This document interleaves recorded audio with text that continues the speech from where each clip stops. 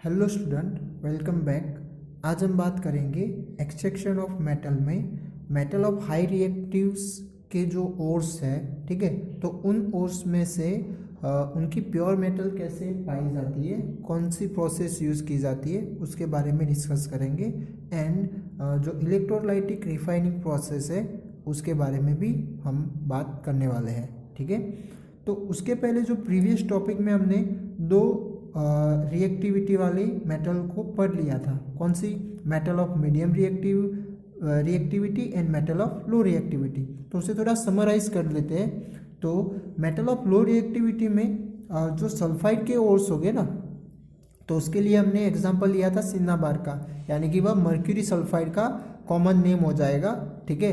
तो उस sulphide ores को रोस्टिंग प्रोसेस से हमने उसमें से ऑक्साइड में कन्वर्ट किया था, यानी कि मर्क्यूरी ऑक्साइड में, और उन मर्क्यूरी ऑक्साइड को फिर और ज़्यादा हीट देने से वह किस में कन्वर्ट हो जाता है, उसके प्योर स्टेट में कन्वर्ट हो जाता है, यानी कि मर्क्यूरी हमें लिक्विड फॉर्म में लास्ट में देखने को मिलेगा, ठीक है। और उसके बाद भी उसके अंदर इम्प्योरिटी होगी तो भी क्या किया जाएगा, इलेक्ट्रोलाइटिक रिफाइनिंग प्रोसेस से उसे एकदम प्योर बनाया जाता है, ठीक है।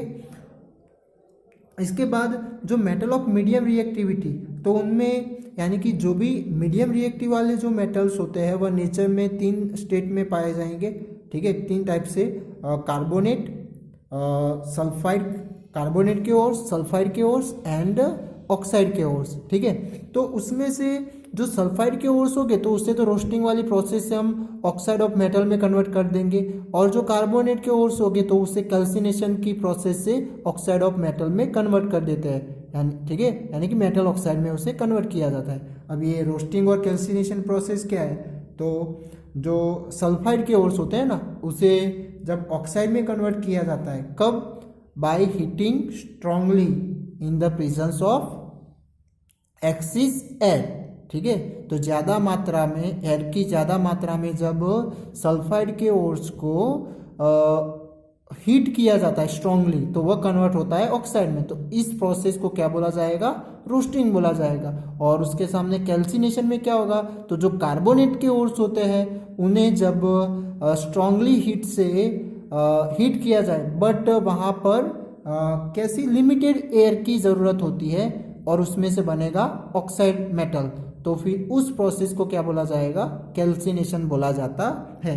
तो लास्ट में जब मेटल ऑफ ऑक्साइड या फिर ऑक्साइड ऑफ मेटल्स मिलते हैं तो अभी भी मेटल के साथ ऑक्सीजन है, यानी कि एक कंपाउंड के फॉर्म में वह मेटल मिल रही है, तो उसमें से ऑक्सीजन को रिमूव करना पड़ेगा। तो उसके लिए कौन सी प्रोसेस की जाती थी? नॉर्मली रिडक्शन वाली प्रोसेस यूज की जाती थी, और उस रिडक्शन ऑफ मेटल में कार्बन को रिडक्टिव एजेंट के फॉर्म में, यानी कि रिड्यूसिंग एजेंट के फॉर्म में कार्बन का यूज यहाँ पर किया जाता था, ठीक है। यानी कि इसके लिए हमने वो Zn ऑक्साइड था, Zn ऑक्साइड, और उसको कार्बन के साथ रिएक्शन करवा के क्या मिलता था हमें? Zn मिलता था, और कार्बन मोनोऑक्साइड गैसियस फॉर्म में मिलता था, ठीक है। तो इस तरह से ये कार्बन यहाँ पर क्या करता है, रिड्यूसिंग एजेंट के फॉर्म में यूज हो रहा है, तो ये एक टाइप की रिडक्शन हो जाएगी, ठीक है। और उसके बाद जो प्योर मेटल मिलती है वो फिर से एक बार रिफाइनिंग प्रोसेस से उसे और भी प्योर बनाया जाता है, ओके। अब कभी कभार क्या होगा कि यहाँ पर रिड्यूसिंग एजेंट यानी कि कार्बन की जगह कभी कभार इसकी जगह पे जो हाई रिएक्टिव मेटल्स होते हैं ना, उनका भी यहाँ पर यूज किया जाता है, यानी कि यहाँ पर रिएक्शन की जगह डिस्प्लेसमेंट रिएक्शन भी करवाई जाती है। तो वह भी देख लेते हैं कि कैसे वो होगा। तो जैसे कि हमें पहले तो उसके लिए हाई रिएक्टिव मेटल्स कौन से हैं, ठीक है। हाईली जो रिएक्टिव मेटल्स है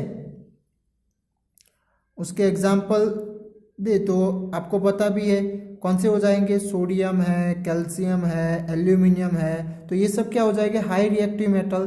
तो अब इस तरह के जो हाई रिएक्टिव मेटल्स होगी वह कोई लो रिएक्टिव मेटल के जो कंपाउंड होते हैं, ठीक है, तो उन कंपाउंड के साथ जब इनकी रिएक्शन होती है तो वो लो रिएक्टिव मेटल क्या हो जाएगी? उस कंपाउंड में से रिमूव हो जाएगी, और ये मेटल्स वहां पर उसके साथ उस कंपाउंड में रिएक्ट कर लेगा, ठीक है। तो उस तरह से भी हम ये मेटल्स, इस तरह के मीडियम रिएक्टिव वाले जो मेटल्स होते हैं उसे भी हम अलग कर सकते हैं। कौन सी? डिस्प्लेसमेंट रिएक्शन से। कौन सी रिएक्शन? Displacement reaction. बट उसके अंदर कंडीशन क्या होनी चाहिए? यहाँ पर जो अलग से एक मेटल ली जाती है वह कैसी होनी चाहिए? हाई रिएक्टिव मेटल होनी चाहिए, जो आप कंपाउंड में जो मेटल यूज किए उसके कंपेयर। चलो ये अच्छे से समझते हैं एक एग्जाम्पल से हम। जैसे कि मैंगनीज ऑक्साइड, इसे क्या बोला जाएगा? Manganese oxide. ठीक है, उस मैंगनीज ऑक्साइड की तो ये हो जाएगी एक कंपाउंड हो जाएगा मेटल का, तो इसको हम एल्यूमिनियम के साथ रिएक्ट करवाते हैं। तो ये एल्यूमिनियम इस कंपाउंड के जो मैंगनीज मेटल है उसके कंपेयर क्या है? हाई रिएक्टिव है। ठीक है, तो हाई रिएक्टिव होने की वजह से ये एल्यूमिनियम ऑक्सीजन के साथ रिएक्ट करके वह एक अलग सा कंपाउंड बना देगा और मैंगनीज को क्या कर देता है? फ्री कर देता है। ठीक है, वहां से रिमूव कर देता है, डिस्प्लेस कर देता है। ओके, तो अब वो क्या बन जाएगा? मैंगनीज, और वह लिक्विड फॉर्म में बनेगा। ठीक है, इसके साथ साथ दूसरा जो प्रोडक्ट बनता है वह बन जाएगा एल्यूमिनियम ऑक्साइड। ओके, और इसके साथ साथ यहाँ पर ज़्यादा मात्रा में हीट भी रिलीज होती है, यानी कि यहाँ प्रोडक्ट में देख सकते हैं कि ये हीट भी यहाँ पर ज़्यादा यानी कि रिलीज हो रही है। ठीक है, तो अब इसकी वजह से इसे दूसरी रिएक्शन बोलनी हो तो एक्सोथर्मिक भी बोला जाएगा। कौन सी? एक्सोथर्मिक। और ये बहुत ही ज्यादा मात्रा में हीट निकलती है, एक्सोथर्मिक।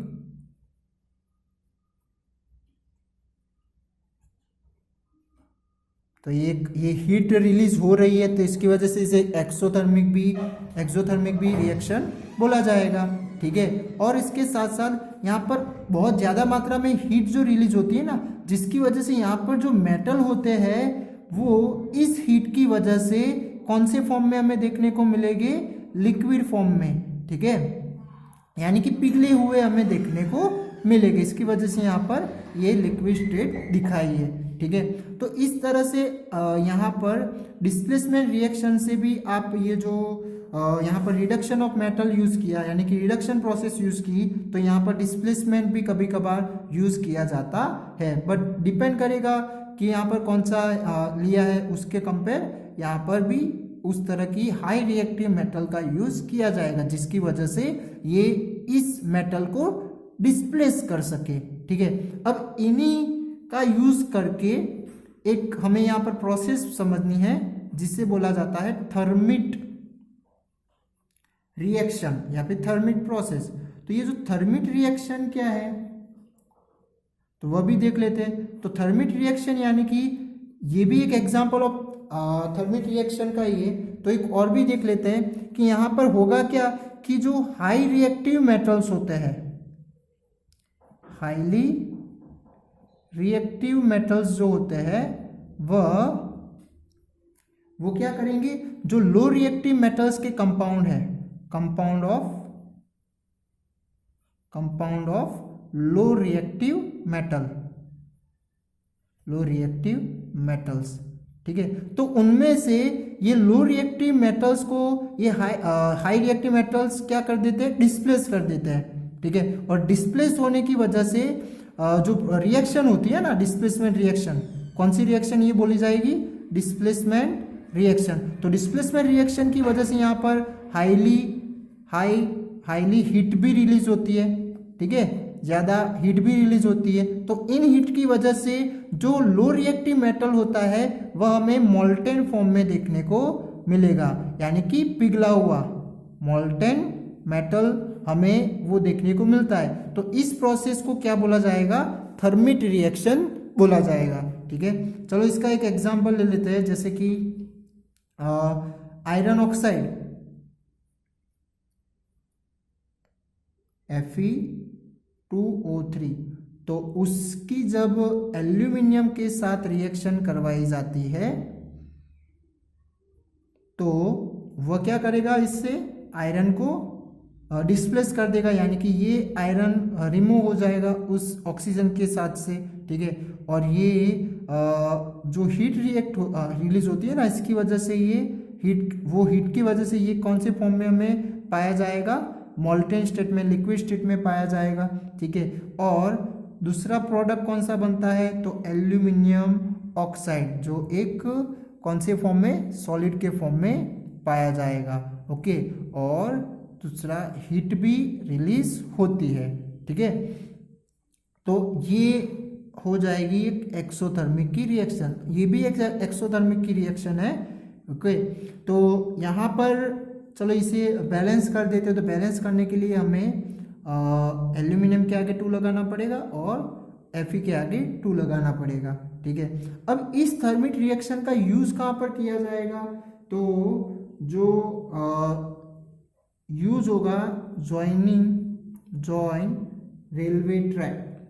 तो रेलवे ट्रैक्स को ज्वाइन करने के लिए इस थर्मिट रिएक्शन का यूज किया जाता है। एंड जो क्रैक्ड मशीन्स पार्ट, क्या क्रैक्ड मशीन्स, यानी कि कोई मशीन के पार्ट में क्रैक आई हुई है, तो उस क्रैक को फिल अप करने के लिए ये थर्मिट रिएक्शन का यूज किया जाएगा। यानी शॉर्ट में जो मेटल है, हाई रिएक्टिव मेटल है, उसे मेटल ऑक्साइड में से उसके साथ रिएक्शन करवाई जाती है। तो इसकी वजह से ये डिस्प्लेसमेंट रिएक्शन में बहुत ज़्यादा मात्रा में हीट रिलीज होती है। तो फिर जो लो रिएक्टिव मेटल है वह क्या हो जाता है, मेल्ट हो जाता है। ओके, लिक्विड स्टेट में मिलता है। तो उसी रिएक्शन को क्या बोला जाएगा, थर्मिट रिएक्शन। ठीक है, तो ये थर्मिट रिएक्शन भी एक टाइप की डिस्प्लेसमेंट रिएक्शन है, बट यहाँ पर जो हीट रिलीज होती है ना, उसकी वजह से ये लिक्विड स्टेट में पाया जाता है। ओके, क्योंकि बहुत ही ज़्यादा है। अब हम आगे देखते हैं मेटल ऑफ हाई रिएक्टिविटीज के ओर्स को किस तरह से प्योर मेटल में लाया जाएगा। तो अब हमें पता है कि जो मेटल ऑफ हाई रिएक्टिविटी के जो मेटल्स है वो कैसे होते हैं, बहुत ही हाई होते हैं, यानी कि रिएक्टिव में कैसे होते हैं, हाई होते हैं। तो वो कहीं ना कहीं किसी के साथ रिएक्ट कर लेंगे, यानी कि कंपाउंड के फॉर्म में हमें मिलने वाले हैं। और इनके जो कंपाउंड होते हैं वह भी कैसे होते हैं, स्ट्रॉन्ग बॉन्डिंग के होंगे। जैसे कि आप यहाँ पर हम जिंक ऑक्साइड है, तो ये जिंक ऑक्साइड को आप कार्बन के साथ रिएक्शन करवाए तो ये जिंक हम अलग कर सकते हैं। बट मान लो कि इनके कोई हाई रिएक्टिव मेटल्स के एग्जाम्पल ले, तो वो हो जाएंगे सोडियम है, एल्यूमिनियम है, कैल्शियम है, मैग्नीशियम है। ठीक है, तो अब इनके कोई कंपाउंड होगा, तो कंपाउंड को जैसे कि ऑक्साइड के साथ रिएक्शन करके उनके जो ऑक्साइड होंगे, तो उन ऑक्साइड को आप नॉर्मली ये कार्बन से रिडक्शन करके उसे अलग कर सकते नहीं है। क्यों नहीं कर सकते हैं, क्योंकि यहाँ पर जो ऑक्सीजन और कार्बन के बीच की जो बॉन्डिंग की बात करें, किसके बीच की, ये सोडियम, यानी कि मान लो कि ये सोडियम ऑक्साइड, ठीक है, Na2O। तो ये जो सोडियम ऑक्साइड की एक दूसरे की जो बॉन्डिंग है वह ये कार्बन के साथ जो रिएक्शन होगा तो उसके कंपेयर इनकी बॉन्डिंग क्या होती है, ज़्यादा स्ट्रांग होती है, जिसकी वजह से ये कार्बन इसे ब्रेक डाउन कर सकता नहीं है। तो नॉर्मली हम रिडक्शन इस तरह से कार्बन के साथ रिडक्शन करवा के इसे यानी कि इस मेटल को, ये हाई रिएक्टिव मेटल्स को हम अलग कर सकते नहीं है। ठीक है, तो इसकी वजह से इनको इलेक्ट्रोलाइटिक यानी कि इलेक्ट्रोलाइटिक रिडक्शन वाली प्रोसेस करके हम इसके जो कंपाउंड होते हैं ना, उससे हम उसमें से हाई रिएक्टिव मेटल्स को अलग कर सकते हैं। तो कैसे किया जाता है और क्या है इलेक्ट्रोलाइटिक रिडक्शन प्रोसेस, वह अब हम देखते हैं। तो मेटल्स ऑफ हाई रिएक्टिविटी,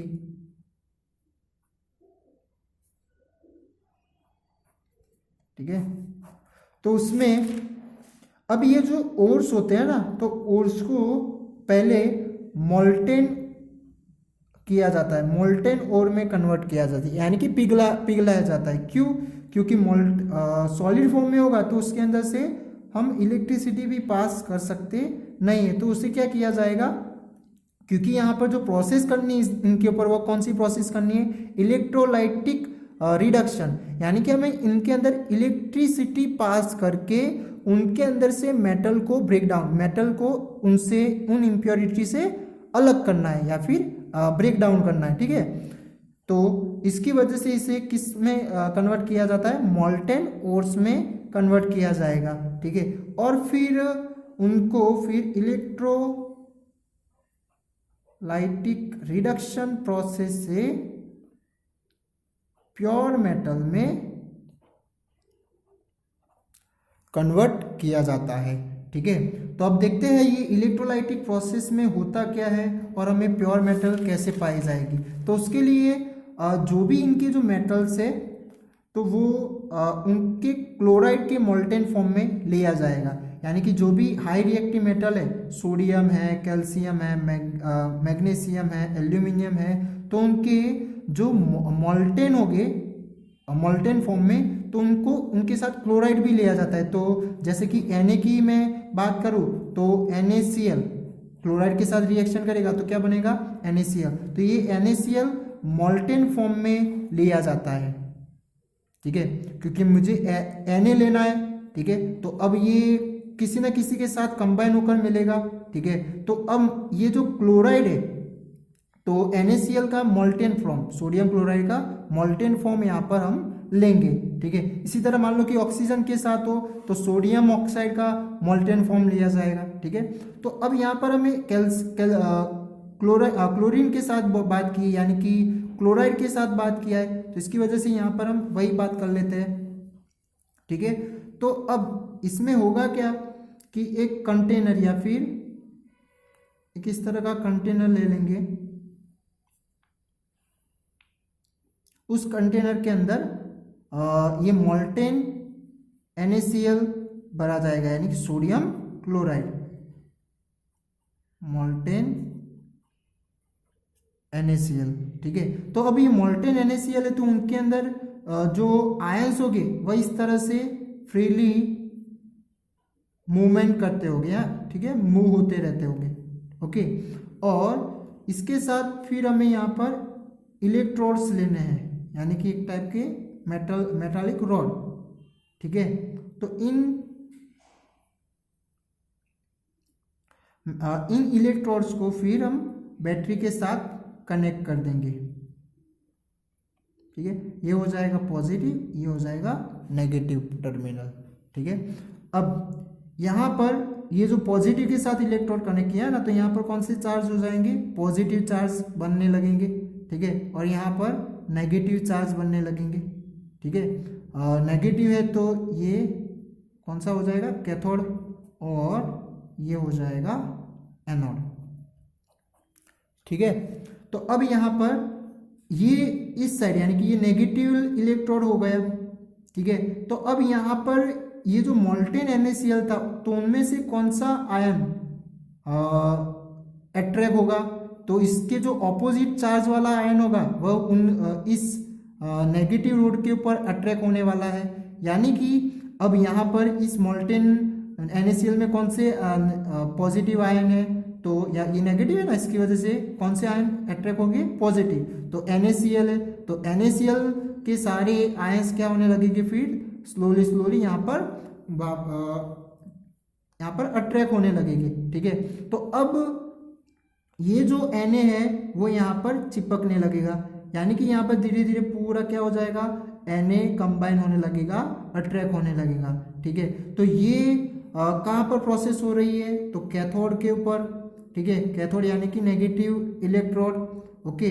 तो वहाँ पर क्या हो रहा है, ये जो Na+ था यानी कि सोडियम आयन, वह इलेक्ट्रॉन गेन करके किस में कन्वर्ट हो जाता है, सोडियम एक सॉलिड स्टेट में कन्वर्ट हो जाता है, यानी कि ये एक बन जाएगा उसका प्योर मेटल के फॉर्म में वहाँ पर बन रहा है, ठीक है। और जब एनोड के बारे में बात करें तो एनोड पॉजिटिव चार्ज उसके पास होगा, ठीक है। तो वह क्या करेगा, तो जो नेगेटिव चार्ज वाले जो आयंस है वह क्या होने लगेगी, वहां पर अट्रैक्ट होने लगेगी। तो नेगेटिव चार्ज वाले कौन से है, तो Cl- है, ओके। तो ये Cl- यहाँ पर अट्रैक्ट होने लगेगी, ठीक है। तो एनोड के ऊपर कौन सी रिएक्शन होगी, तो जो Cl- है वह इसको इलेक्ट्रॉन दे देगी, ठीक है। यानी कि ये अपना इलेक्ट्रॉन क्या कर देते हैं, लूज कर देते हैं, जिसकी वजह से वह Cl अकेला हो जाएगा और एक इलेक्ट्रॉन लूज कर देगा। तो ऐसे दो क्लोराइड के आयन जब यहाँ पर अट्रैक्ट हो गए तो वो कंबाइन होकर क्या बना देंगे, Cl2 गैसियस फॉर्म में वह ये पॉजिटिव रोड के ऊपर से रिलीज होता है और यहाँ पर कितने इलेक्ट्रॉन रिलीज हो गए, 2 इलेक्ट्रॉन। यानी कि ये प्रोसेस कुछ इस तरह से होगी। इसमें जो Cl माइनस है ना, एक Cl माइनस एक Cl बनाएगा, इलेक्ट्रॉन रिलीज करेगा, एक दूसरा Cl माइनस वहाँ पर अट्रैक्ट होगा, वह भी Cl बनाएगा और यानी कि एक इलेक्ट्रॉन लूज करके वह उसके प्योर स्टेट में कन्वर्ट हो जाएगा, ठीक है, यानी कि एक एलिमेंट के फॉर्म में, ठीक है।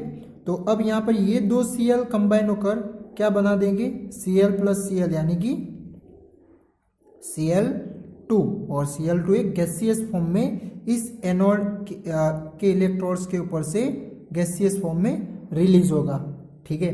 तो ये एनोड के ऊपर से हमें Cl2 गैस मिलेगा और ये जो कैथोड के ऊपर हमें जो मेटल चाहिए वह मेटल यहाँ पर जमा हो रही होगी, ठीक है, यानी कि अट्रैक्ट हो रही है, ओके। और इसके साथ साथ यहाँ पर जो ओर्स ली जाती है ना, तो वह कौन सी होगी, मोल्टेन फॉर्म में ओर्स ली जाती है, क्योंकि इसके अंदर से हम इलेक्ट्रिक पास करके उनको अलग कर सके, ठीक है। तो इस तरह से आपको एक कैथोड की रिएक्शन क्या होती है और एनोड की रिएक्शन क्या होती है वह याद रखनी है। ये सिर्फ आपको समझाने के लिए था। आप क्या लिखोगे, ये लिखोगे 2Cl minus gives Cl2 gaseous plus 2 electron. तो ये 2 इलेक्ट्रॉन तो वो क्या हो जाएंगे, प्लस 2 इलेक्ट्रॉन, ठीक है। और ये Cl माइनस तो वो हो गए 2Cl, ठीक है। तो ये बात थी मेटल ऑफ हाई रिएक्टिव वाले जो मेटल्स है उनको किस तरह से प्योर मेटल में कन्वर्ट किया जाएगा, ओके। अब हम बात करते हैं जो इलेक्ट्रोलाइटिक रिफाइनिंग प्रोसेस। कौन सी, इलेक्ट्रोलाइटिक रिफाइनिंग प्रोसेस, ओके। तो अब ये जो इलेक्ट्रोलाइटिक रिफाइनिंग प्रोसेस है वो क्यों की जाती है, तो जो भी ओर्स होते हैं ना उसके अंदर से जो मेटल ली जाती है तो वो क्या होती है, थोड़ी बहुत इम्प्योर भी होती है, तो उससे अभी और भी प्योर बनाने के लिए ये इलेक्ट्रोलाइटिक रिफाइनिंग प्रोसेस यूज़ की जाती है, ओके। तो वह कोई भी यानी कि जो कॉपर है मेटल है, जिंक है, टीन है, निकल है, ठीक है, फिर सिल्वर, गोल्ड, तो उन सारों के लिए ये रिफाइनिंग प्रोसेस यूज की जाएगी, ठीक है। तो उसके लिए उसमें से हम समझते हैं कॉपर मेटल के लिए यानी कि इलेक्ट्रोलाइटिंग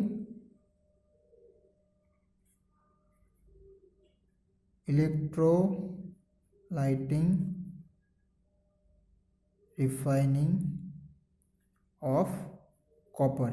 तो कॉपर को कैसे इस प्रोसेस से हम अलग कर सकते हैं वह अब हम देखते हैं एक फिगर के साथ।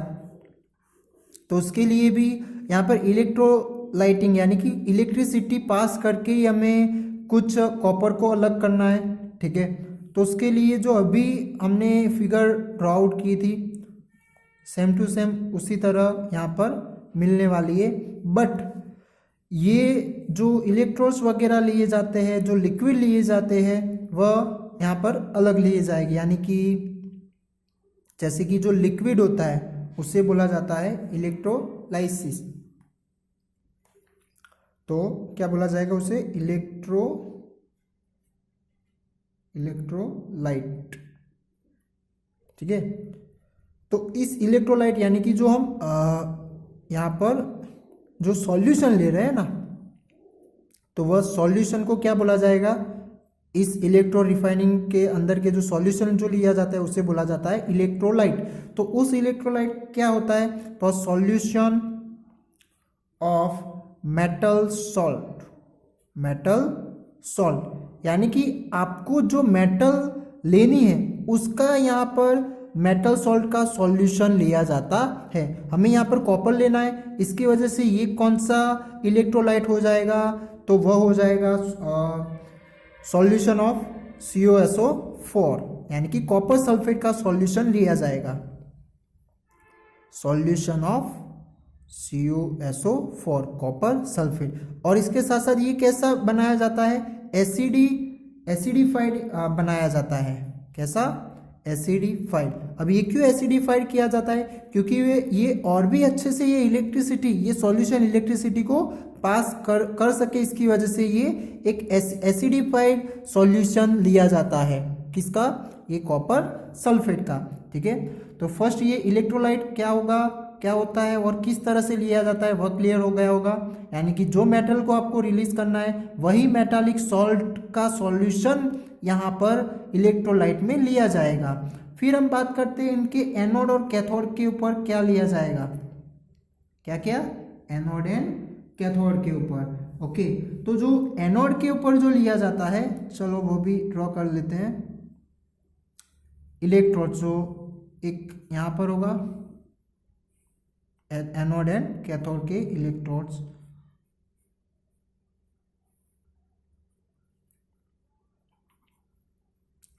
तो ये जो एनोड के ऊपर जो लिया जाता है वह इम्प्योर मेटल्स जो होगी, जिसे हमें प्योर बनाना है ना, या फिर उसके अंदर से प्योर मेटल रिलीज करनी है हमें, तो वो एनोड के ऊपर रखा जाएगा। और यहाँ पर जो कैथोड के ऊपर जो इलेक्ट्रोड्स लगाया जाता है तो वो एक प्योर मेटल की स्ट्रिप लगाई जाती है, यानी कि पट्टी होती है प्योर मेटालिक, जिसकी आपको जो यहाँ पर कॉपर हमें निकालना है ना, तो यहाँ पर कॉपर की प्योर मेटालिक स्ट्रिप लगाई जाएगी। ठीक है, और यहाँ पर क्या होगा, इम्प्योर कॉपर की प्लेट होगी, या फिर इम्प्योर मेटालिक, जो भी इम्प्योर मेटल प्लेट। ठीक है, वो कहाँ पर होगा, इस पॉजिटिव इलेक्ट्रोड्स के ऊपर। ओके, तो यहाँ पर हो जाएगा एनोड के ऊपर इम्प्योर प्लेट लगाई जाएगी, जिसमें से हमें कॉपर को अलग करना है। ठीक है, और जो कैथोड होगा उसमें क्या होगा, प्योर मेटालिक प्लेट लगाई जाती है। जो भी मेटल आपको लेनी है वही मेटल यहाँ पर उसी की प्लेट, पतली प्लेट लगाई जाएगी। ठीक है, तो यहाँ पर हमें कॉपर लेना है, इसकी वजह से कॉपर, जो जिंक लेना होता तो जिंक की प्लेट होगी। ठीक है, तो इस तरह इसी के साथ साथ मान लो कि यहाँ पर जिंक का हमें रिफाइनिंग करना है, तो इसके यहाँ पर जो सॉल्यूशन होगा वह हो जाएगा जिंक सल्फेट का सॉल्यूशन हो जाएगा। ठीक है, तो वह डिपेंड करेगा कि आपको कौन सी मेटल्स रिलीज बनानी है। ठीक है, अलग करनी है उसके अकॉर्डिंग।